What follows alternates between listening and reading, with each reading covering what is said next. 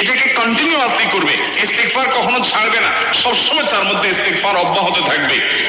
ওই ব্যক্তিকে আল্লাহ রাব্বুল আলামিন বিভিন্ন পেরেশানি থেকে সারপ্রাইজড হওয়ার মতো এমন এমন পথ বের করে দিবে যে সে চিন্তাও করে নাই। তার পেরেশানি থেকে মুক্তির পথ আল্লাহ তাআলা দেখায় দিবেন।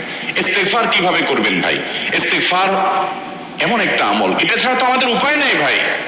ইস্তিগফার আমাদের দুনিয়ার পেরেশানি দূর করবে, আখিরাতের পেরেশানি দূর করবে। দুনিয়ার পেরেশানি আমাদের বিপদ আপদ মুসিবত এগুলো, রিজিকের অনটন অভাব এগুলা, আর আখিরাতের পেরেশানি হলো আমাদের পাপ গুনাহ এগুলা। কোরআনে কারিমে আল্লাহ রাব্বুল আলামিন সূরা নূহের মধ্যে আল্লাহ নবী নূহ আলাইহিস সালাম তার সম্পর্কে বলছেন, ফাকুলতু ইস্তাগফিরু রাব্বাকুম ইন্নাহু কানা গাফফারা ইউরসিলিস সামাআ আলাইকুম মিদরারা ওয়া ইউমদিদুকুম বিআমওয়ালিন ওয়া বানিন ওয়া ইয়াজআল লাকুম জান্নাতিন ওয়া ইয়াজআল লাকুম আনহারা। তিনি বলেন, আমি বলেছি আমার জাতিকে তোমরা ইস্তিগফার কাছে ইস্তিগফারটা করতে থাকো। রুটি রুজি নাই, চাকরি নাই, ইনকাম নাই, ব্যবসা খারাপ যাচ্ছে, পেরেশানি হচ্ছে, ইস্তিগফার ধরো। কি হবে? ইন্নাহু কানা গাফফারা। যদি ইস্তিগফার করো, এক নম্বর লাভ হলো আল্লাহ মাফ করে দিবেন গুনাহ। ইউরসিলিস সামা আলাইকুম মিদরারা, যাতে ফসল ভালো হয়, রিজিক ভালো হয় সেই ব্যবস্থা আল্লাহ করবেন।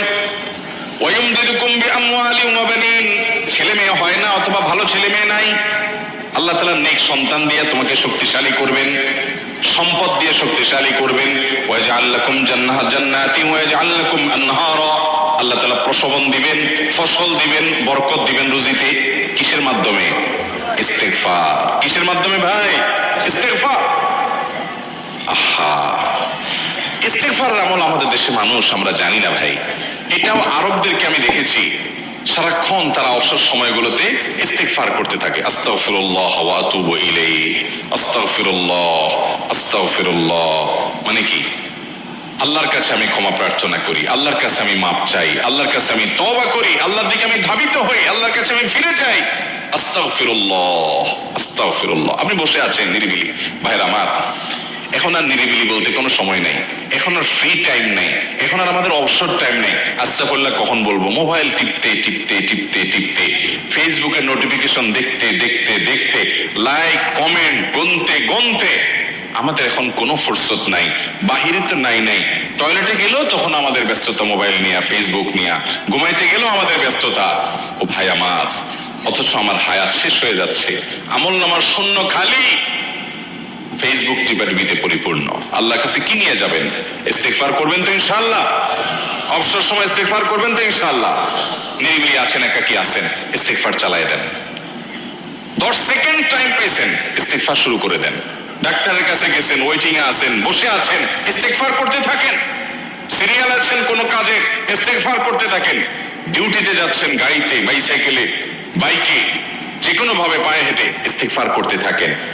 যে কোনো অবসরের সময়গুলোকে ইস্তিগফার দিয়ে পরিপূর্ণ করে দেন। ভাইরা আমার, ইস্তিগফার সকল সমস্যার সমাধান। ইস্তিগফারের ভিতরে সবচেয়ে শ্রেষ্ঠ ইস্তিগফার হলো সাইয়্যিদুল ইস্তিগফার। সাইয়্যিদুল ইস্তিগফারটা যদি মুখস্থ না পারেন, অন্তত লিখিত ভার্সনটা পড়েন।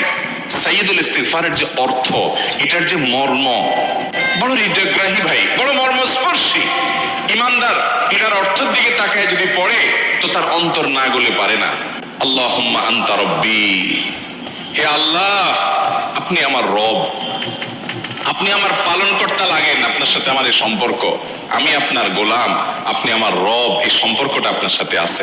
আল্লাহুম্মা আনতা রব্বি লা ইলাহা ইল্লা আন্ত, ও আল্লাহ আপনি ছাড়া আমার ইবাদত, আমার গোলামি, আমার দাসত্ব, উপাসনার উপযুক্ত আর কেউ নেই।